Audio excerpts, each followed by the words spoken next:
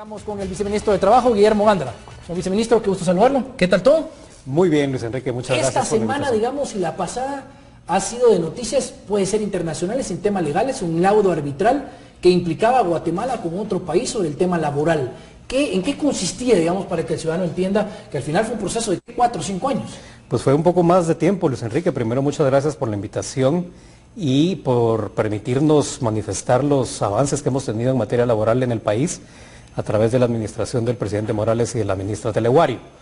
En el año 2008 inicia este conflicto a través de una coalición que se hizo entre el sindicato más grande de Estados Unidos, AFL-CIO, con 6 sindicatos de Guatemala, que presentan una queja en contra de nosotros por el capítulo 16 del CAFTA, el Tratado de Libre Comercio entre Estados Unidos, Centroamérica y República Dominicana.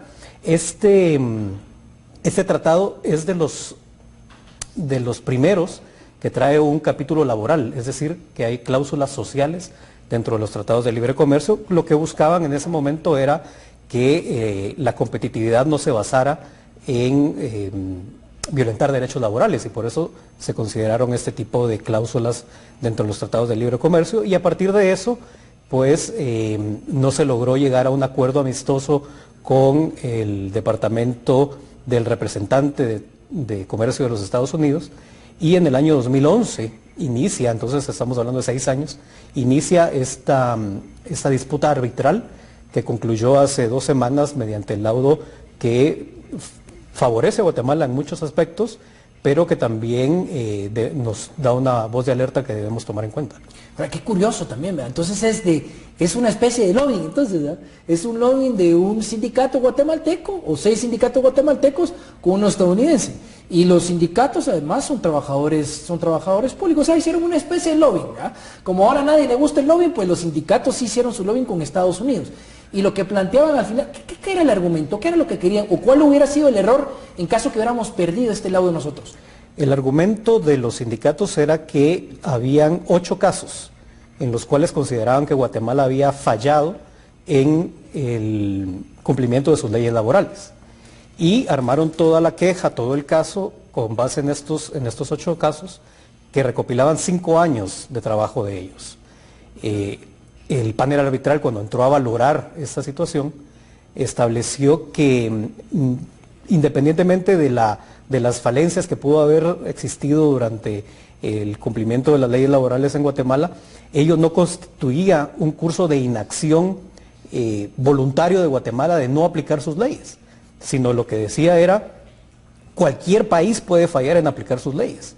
Por lo tanto, ha elevado significativamente el estándar, el panel arbitral, de cómo vamos a enfrentar los casos laborales a partir de las cláusulas sociales de los tratados de libre comercio.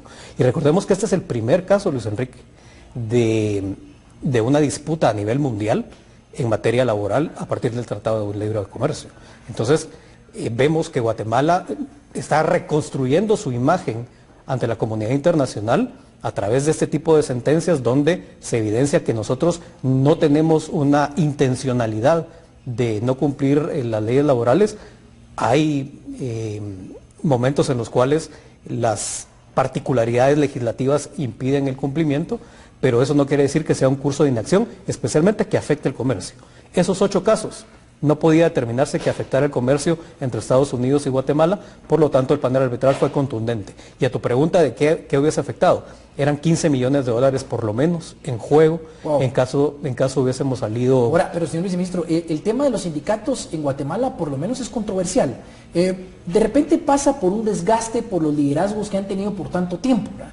O sea, viajan y están acá, no llegan a trabajar, el argumento es que los sindicatos los protege y que está en ley, digamos, es permitido, negocian pactos colectivos que al final de cuentas las propias instituciones no pueden pagar, y ahora, digamos, haciendo una especie de lobbying o buscando una relación con Estados Unidos para, digamos, quedarse, en algún momento serían 15 millones de dólares para quien plantea este lado arbitral, ¿no? No. ¿Quién le hubiera quedado el dinero?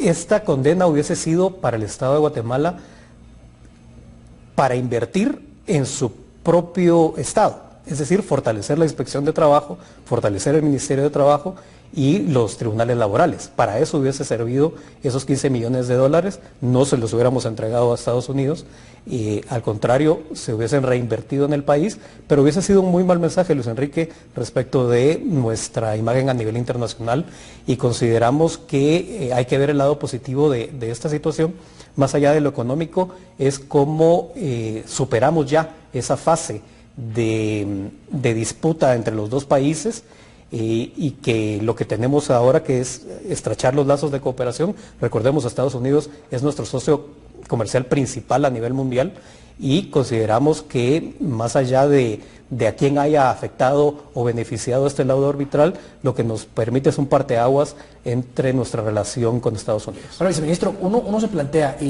sé que hay límites, pero y de repente es exagerado mi planteamiento, pero en algún momento la gente percibe que los sindicatos no tienen límites, pues. Es decir, uno escucha a los líderes, a las cabezas de los sindicatos, y en algún momento empoderados ante los medios de comunicación, con mucho conocimiento sobre la ley laboral, que el convenio me ampara, que aquí, que allá. Es decir, pero el patrón, el empresario e incluso los abogados laboralistas dicen, hay de repente un exceso de confianza en los sindicatos, se ha tergiversado su función, ellos ya le encontraron de repente la maña, y entonces ven que al final de cuentas sí pueden empoderar a la gente que sea parte y miembro del sindicato, pero también pueden utilizarlo como una herramienta de negociación. Es decir, ¿hasta dónde vamos a permitir que los sindicatos caminen por donde quieran? ¿Hay un límite? ¿Se puede realmente regular? Y ese es uno de los principales elementos que ha propuesto el presidente Morales desde su administración junto con la ministra Teleguario, y es impulsar el trabajo decente. El concepto de trabajo decente que desarrolla la OIT desde el año de 1999 contiene ese derecho humano a la libertad sindical. Más allá de una tergiversación, Luis Enrique, lo que debemos comprender es que estamos en un tránsito hacia la legalidad. Vivimos durante décadas en una situación en la que en este país las situaciones no pasaban más allá de la voluntad de ciertos actores, y ahora estamos viendo cómo, construyendo ciudadanía, fortaleciendo las instituciones, estamos transitando la legalidad, y los sindicatos se han dado cuenta de eso. Las negociaciones colectivas que estamos viendo en la actualidad están revestidas de legalidad. Hay que reconocer, hubo errores en el pasado, eran momentos diferentes, era un clima diferente. La negociación es válida, la negociación colectiva, ese es su espíritu. Claro. Y lo que debemos promover es que la libertad sindical tiene un importante componente de negociación colectiva que permita a los trabajadores mejorar sus condiciones, pero también mejorar la productividad de las empresas y del propio Estado. Y si hay un límite, tienes razón, claro, si hay un límite, especialmente para el Estado de Guatemala, porque la propia OIT ha sido contundente en sus órganos de control diciendo que la falta de reglas claras para la negociación colectiva en la administración pública está limitando el verdadero impulso que debería tener. Y recordemos que también la negociación colectiva en la administración pública se utilizó durante muchos años para equiparar unas deficiencias transversales que han ocurrido durante muchas décadas en el país en materia de temas salariales. Estamos mejorando, debemos mejorar definitivamente, y ese es el mensaje que queremos transmitir. Una respuesta eminentemente legal le pediría, viceministro, porque hemos visto que, bueno, el juego político no lo podemos evitar. Primero, pues aquellos argumentos del que era presidente del Congreso de la República, Mario Taracena, que la nulidad de los pactos colectivos, después que quien estaba en la PGN, que estaban haciendo una revisión de que como los montos eran demasiado grandes en la negociación, entonces que se le podían declarar nulos porque iban y contrarrestaban, digamos, en el presupuesto del Estado. Es decir, en algún momento esos pactos colectivos, porque hubieran abusado o se hubieran aprovechado de que fueran, digamos, impagables, ¿hay una medida legal que en algún momento los pudiera paralizar? ¿O es que no se puede? Sí se puede, es correcto, y realmente la fórmula para corregir debería de ser la propia negociación colectiva. Y creo que ya hay algunos ejemplos en los cuales se está dando esa recomposición de la legalidad por parte de tanto empleadores como trabajadores en el sector público, y consideramos que, en efecto, en la medida en que recapacitemos de que estamos en momentos diferentes y bajo personas diferentes, vamos a tener mejores resultados. Y hay un aspecto a señalar: los pactos no son lascivos por naturaleza. Los pactos son normalmente instrumentos perfectos, pero deben estar revestidos de legalidad.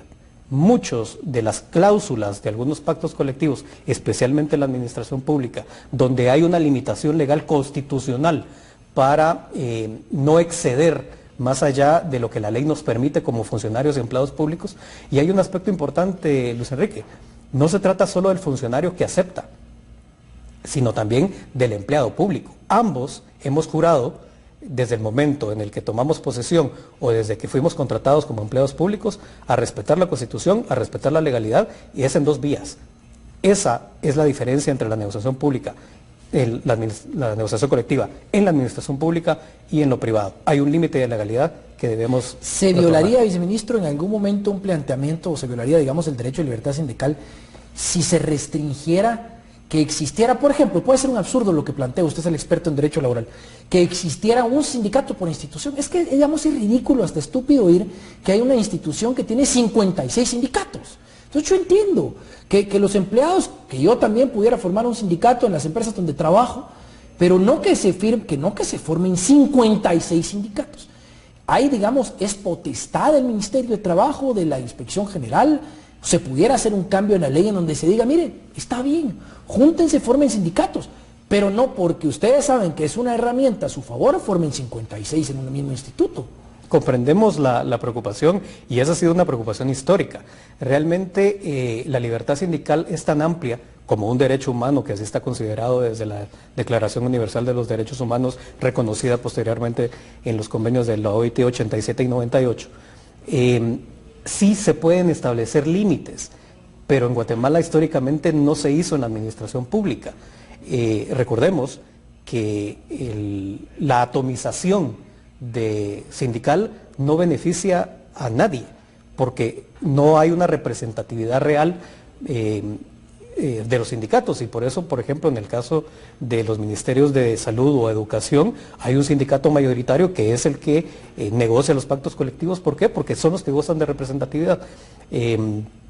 Pero no se ha limitado históricamente la libertad sindical y esa atomización que existe en las instituciones públicas, pero recordemos, e insisto, a quien más afecta es a quienes no logran una representatividad real para poder defender sus derechos ante los empleados. Ahora, en el planteamiento, viceministro, que ustedes tienen esa cercanía, porque normalmente me imagino que, digamos, en esta negociación, en planteamientos sobre derecho laboral, percibirán realmente si el sindicalista también ha entendido lo que usted nos planteaba en un inicio.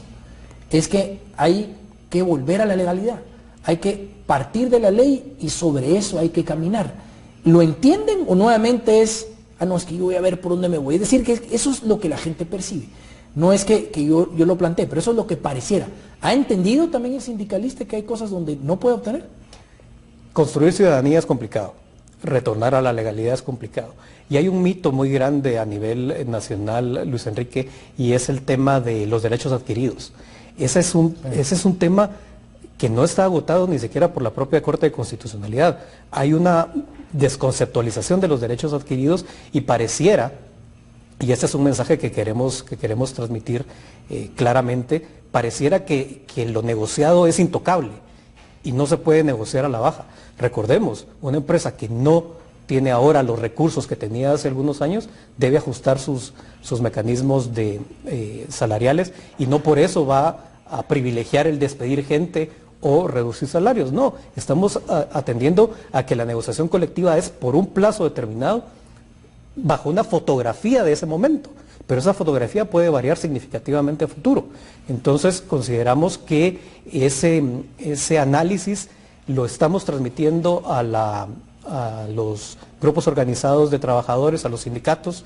Hay una mejor comprensión de ese tránsito, la legalidad que estamos desarrollando desde las reflexiones ciudadanas del 2015, que tú participaste plenamente en ello y que por eso decidiste participar en su momento, igual que nosotros involucrarnos con el presidente Morales y la ministra Teleguario en este reto de construir institucionalidad y generar trabajo decente, que ese es el compromiso del presidente Morales. Le agradezco mucho, viceministro. El tema laboral, que es, a pesar de que es tutelar del trabajador, tiene regulaciones donde le permite también al empresario tener un equilibrio en la aplicación del mismo. Sé que se ha fortalecido la Inspección General del Trabajo, pero será en beneficio de la institución. Le agradezco por haber estado con nosotros. A todos ustedes, que nos vean el día de mañana. Feliz noche.